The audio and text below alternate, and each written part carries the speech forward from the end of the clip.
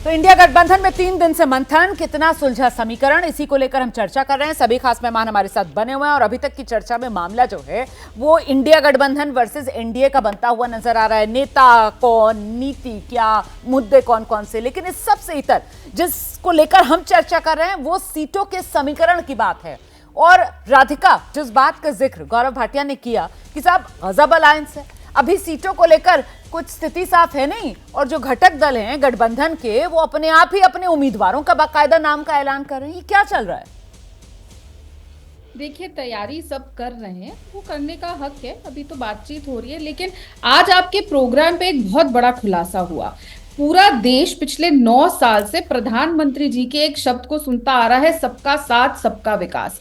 उसका मतलब ये है कि सभी धर्म सभी जाति के लोगों के लिए हम बराबर सोचते हैं।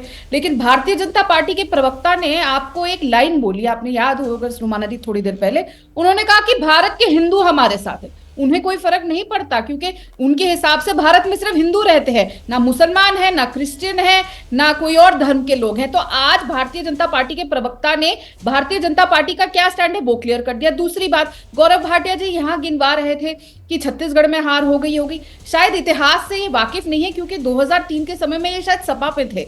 तो जो पार्टी बदलते हैं उनको अपनी पार्टी का इतिहास नहीं पता होता। 2003 में भी यही हालात थे जो मैं कह रही थी। 2003 और 4 याद आ रहा है कि छत्तीसगढ़, मध्य प्रदेश और राजस्थान में इनकी सरकार थी, और देश में जाके 2004 में कांग्रेस की सरकार, यूपीए की सरकार बन गई। और यहाँ पे भ्रष्टाचार की बहुत बखूबी बात हो रही थी। और यहीं पे देख लिए मजेदार बात यह है कि जो एनसीपी जो टूट के गई, उनके जो साथी बैठे उनके 4 बड़े बड़े नेता, छगन भुजबल जी, अजीत पवार जी हो या प्रफुल्ल पटेल हो या हसन मुशर्रफ, इनके ऊपर इतने बड़े बड़े करोड़ों अरबों रुपए के आरोप है जो ईडी ने लगा रखे थे कि ये चल रहा है वो चल रहा है। रोज गौरव भाटिया जी हर डिबेट में उनका पानी पी पी के गाली देते थे और बोलते थे कि जो कांग्रेस, शिवसेना और एनसीपी का गठबंधन है उसमें ये लोग सारे के सारे इतना भ्रष्टाचार करें। और आज देखिए दोनों ताल से ताल मिला रहे हैं आपके यहाँ पे बैठ के, और ये सारे लोगों के ऊपर से इल्जाम हट चुके हैं।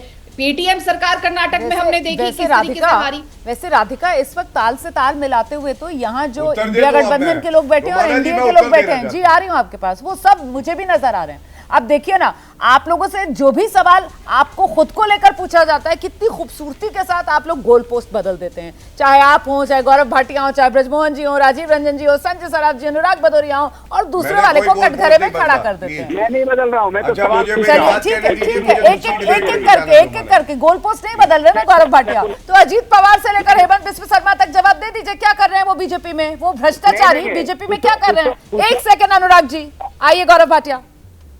अरे मेरे पास भी तो आ जाइए, मैं आ रही हूँ। गौरव भाटिया को सुन लीजिए, फिर आपके पास आऊंगी। जवाब नहीं मिलेगा आपके मेरे साथ स्क्रीन पर गौरव भाटिया को ले आइए प्लीज। जी गौरव जी आइए। जवाब नहीं मिल रहा है। देखिए, ऐसा है रोमाना जी, हाँ जी, आपने जो जो प्रश्न किया मैंने उत्तर दिया। मैं आपको जानकारी भी दे रहा हूँ। हेमंत बिस्व शर्मा पहले ही अवमानना का नोटिस और केस चला चुके हैं कांग्रेस के जो लीडर हैं उनके खिलाफ। आप बार बार उनका नाम लेंगी, मैं तो निवेदन करूंगा कि आप पे भी एक केस डाल दें, और इसलिए डाल दें कि वो विटनेस है, वो आरोपी नहीं है। आपको शायद ये जानकारी नहीं है, और मैं समझता हूं पत्रकार की सबसे बड़ी खूबी ये होती है कि वो अपनी रिसर्च करे, और अगर आप मुझे दिखा दें कि वो आरोपी हैं या वो भ्रष्टाचारी हैं जो आपने अभी शब्द का प्रयोग किया, तो फिर मैं आगे की बात बढ़ाऊंगा। दूसरी बात मैं आपको बताता हूं, मेरे पे व्यक्तिगत टिप्पणी करी गई।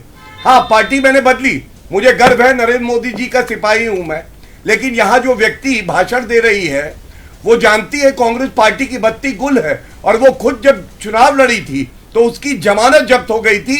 1.5% वोट आया था, जमानत जब्त हो गई थी। तीसरी बात, उत्तर प्रदेश के संदर्भ में आपने करी, मैं उत्तर प्रदेश से आता हूं, एक बात बता दूं, पहले भी बहुत गठबंधन हुए हैं। 2017 में गठबंधन हुआ था सपा और कांग्रेस का, क्या हुआ?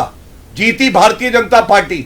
2019 में सपा और बसपा साथ आ गई, बुआ और बबुआ, ठीक है, 10 और 5 सीटें आई। सपा की 5 2014 में थी, 2019 में भी 5 रही, हमारी 73 आई थी और 64 आई, और इस बार 80 में 80 सीटें अकेले भाजपा की आएंगी और हमारे जो साथी है अपना दल। और इनकी क्या हालत होगी? कांग्रेस पार्टी से पूछिए, 2 सीटें थी, 2 सीटों से 1 सीटों पे आ गई, 1 सीट पे। बहुत बहुत शुक्रिया आप सभी। जैसे ही घड़ी का काटा दोपहर 2:30 पे आए, बबीता जी का दिल सास बहू साजिश के लिए मचल जाए। और ये है इनकी बहू, पूरे दिन ऑफिस की टेंशन हो जाए गॉन जब ये करें अपना फेवरेट शो फ्री टाइम पे ऑन। इनकी तरह आप भी देखें अपना फेवरेट शो अपने टाइम पर और डाउनलोड कीजिए एबीपी लाइव ऐप अपने स्मार्ट टीवी पर।